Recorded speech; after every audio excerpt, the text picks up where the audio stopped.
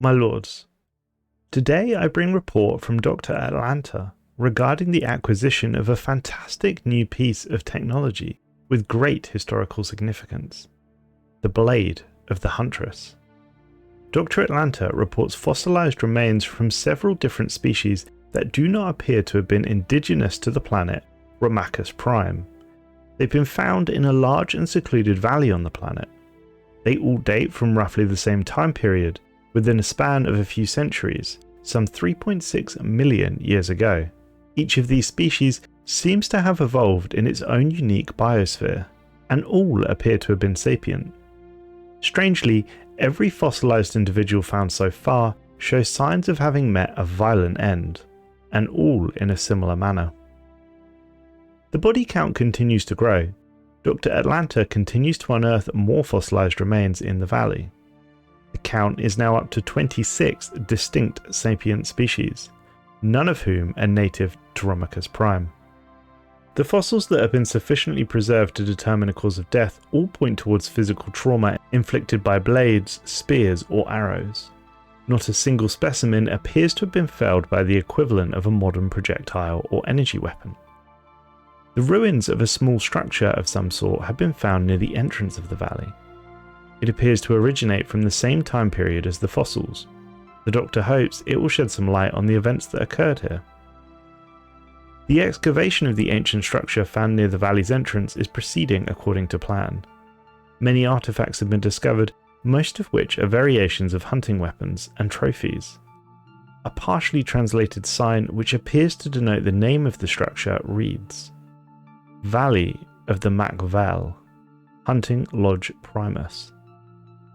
Continued excavations near the hunting lodge have provided more detail. Romachus Prime and the Valley of Macvale apparently served as a hunting reserve for the ruling warrior class of an interstellar empire known as the Reatrix domain. The Reatrix, a predatory avian species, periodically collected random individuals from the many subjugated civilizations under their rule.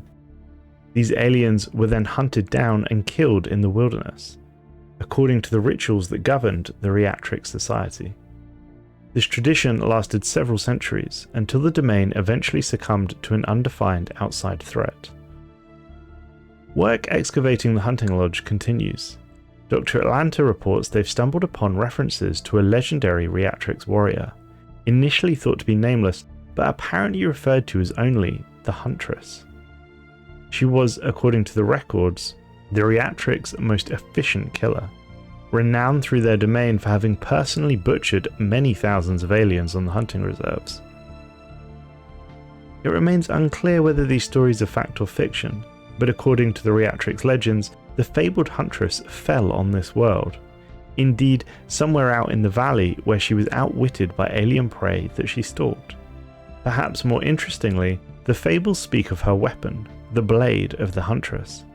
The tales speak of the weapon as if it possesses near mythical properties, akin to stories regarding blades inhabited by demon spirits back on Earth many thousands of years ago.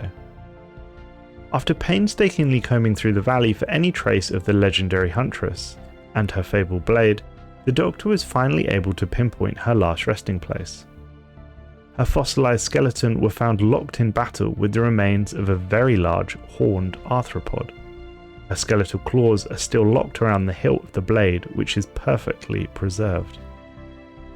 The blade of the Huntress is most remarkable indeed. It appears to be built from some sort of living metal. The blade can slice through the strongest neutronium armor we've been able to get our hands on. It is quite a remarkable find. Dr. Atlanta suggests that this Huntress likely found the blade and took it for herself. No other weapons or artifacts have been found on Romachus Prime that even comes close to this blade. Indeed, all other finds frankly pale in comparison. The Doctor concludes it is highly likely that this blade is significantly older than the 3.6 million years of the site, and was likely constructed by a race of aliens with a far greater understanding of metallurgy than ourselves. The other item of note regarding the blade is that it appears to have some sort of presence. Dr. Atlanta could not pinpoint this feeling, but correctly identified that it was psionic in nature. The Doctor took the blade to a coven of shroud witches. My lords, I must state 90% of what these aliens preach cannot be taken as truth. They serve only themselves. Bearing this in mind, they told the Doctor that they too could feel a presence. It appears that the blade housed a considerably powerful psionic consciousness. It remains completely unclear what the being that occupies the blade is, or how it got there. Perhaps it was once a great warrior, and melding with this blade was a great honour. Or conversely, perhaps the entity is imprisoned in the sword as a punishment, bound for eternity to serve its master. I instructed that General Aegea should be given the honour of carrying the blade into battle. His exploits in war against the Blorg were legendary, and he is currently our highest ranking non-naval military man.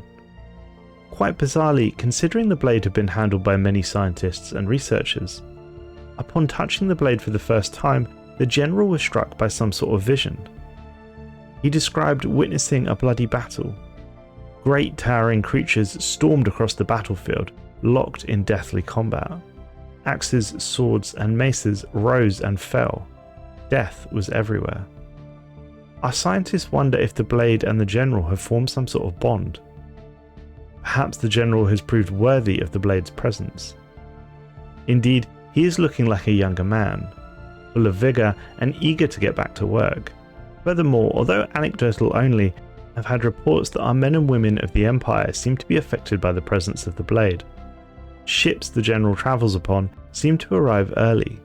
The crews are sharp, discipline is extraordinarily excellent. The blade, although as yet untested in battle, may also carry some extra diplomatic weight, if subtly presented at the next Galactic Council meeting. Perhaps the general should make an appearance.